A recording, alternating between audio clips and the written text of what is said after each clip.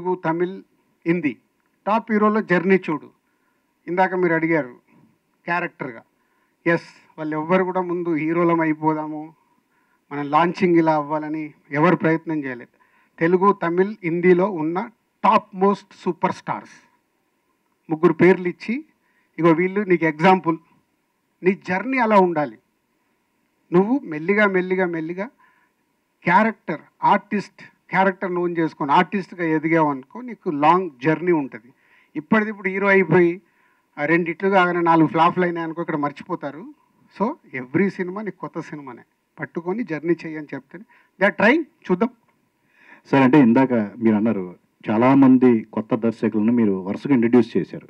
అంటే మీ work experience వలన వాళ్ళు స్క్రిప్ట్ మీద ఎక్కువ టైం కేటాయించడం, సినిమాకి మధ్య గ్యాప్ రావటం, అంటే మీ అండర్లో వర్క్ చేయటం వల్లే వాళ్ళకి ఆ విధానం అనేది అవలంబిందని చెప్పి అనుకోవచ్చు. వంశీ పైడిపల్లి గారికి కానీ, బోయపాటి గారికి కానీ, ఎవరు చేసినా సరే. న్యాచురల్గా అంటే ఇప్పుడు ఒక్కొక్క దర్శకుడిది ఒక్కొక్క వర్కింగ్ స్టైల్ ఉంటుంది. ఇప్పుడు సుకుమార్ ఇవాళ ఆల్ ఇండియాలో టాప్ 3 దర్శకుల్లో మా సుకుమార్ ఒకడు, నాకు చాలా గర్వంగా ఉంది. అలాగే మా బన్నీ ఇవాళ ఇండియన్ ఫిలిం ఇండస్ట్రీలో ఒక టాప్ రేంజ్లోకి వెళ్ళిపోయారు.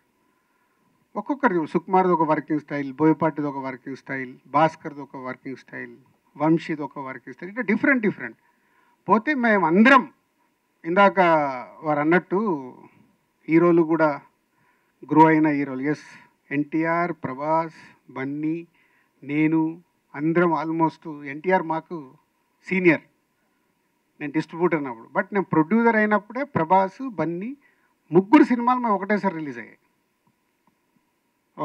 నాది దిల్లు రిలీజ్ ముందు గంగోత్రి రిలీజ్ ముందు ప్రభాస్ది సెకండ్ ఫిలిం రాఘవేంద్ర. 1 వీక్లో. సో అందరం అలాగే గ్రో అయ్యాం. ఇప్పుడు ప్రభాసు, బన్నీ, ఎన్టీఆర్ మేమందరం జర్నీ, వాళ్ళందరూ ఇవాళ ఆల్ ఇండియాలో టాప్ పొజిషన్లో ఉన్నారు.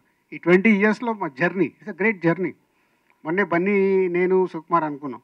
ఆర్యాకి పనిచేసిన అందరు ఇవాళ టాప్ పొజిషన్లో ఉన్నారు. కరెక్ట్. ఇప్పుడు 20 ఇయర్స్ మే 7th అందరినీ ఒక దగ్గర రీయూనియన్ చేద్దామని అనుకుంటున్నాం. మే 7th మేబీ అందరు అవైలబుల్ ఉంటుంది, అది కూడా ఒక ఈవెంట్ చేస్తాం. సో నేర్చుకోవడమే. ఇప్పుడు వాళ్ళందరూ నేర్చుకోవడం వల్లే పెద్ద దర్శకులు అయ్యారు.